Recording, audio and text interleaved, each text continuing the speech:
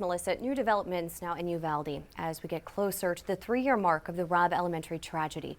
19 students and 2 teachers lost their lives on May 24th, 2022.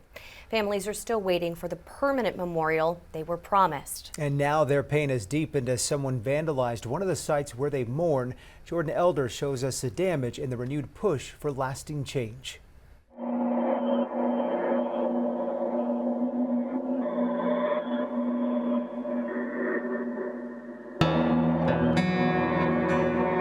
It appears that someone came in and pushed all the crosses,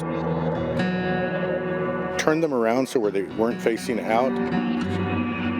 They did push over at least one of them. For Sandra Cruz, the damage to these crosses is more than physical. They mean the world to us.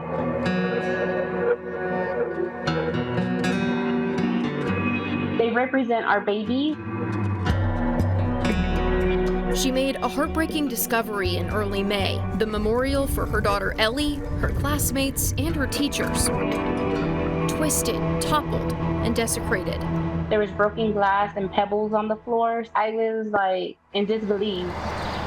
Another wound for families that are still healing. These crosses were meant to be temporary, but for some, temporary is no longer acceptable. Not 3 years after the shooting. They're not permanent memorials, and I think part of that solution is getting a permanent memorial. But that process has been slow moving. It's been 3 years. Why has it even taken this long when we were promised in the very beginning that they were going to knock this out? The city will work with the community representatives of the families. We could see that change in the coming months.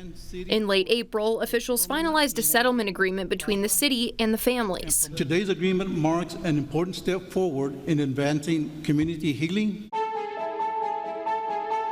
A permanent memorial at the city plaza is part of that agreement, and state funding could soon be on the way.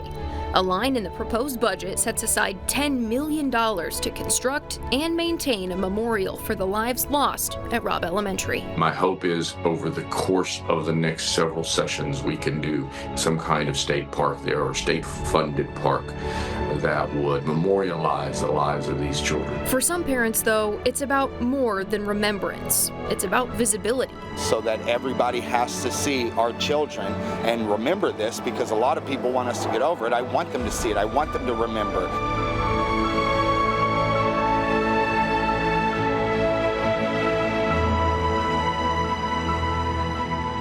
The Uvalde Police Department recently installed this camera, so if any other vandalism were to happen, they'll be able to see it. Volunteers have also come out and refurbished all of these crosses, getting them back looking nice again. The Uvalde Police Department says no arrests have been made yet, but they have several leads they're following up on. Reporting in Uvalde, I'm Jordan Elder.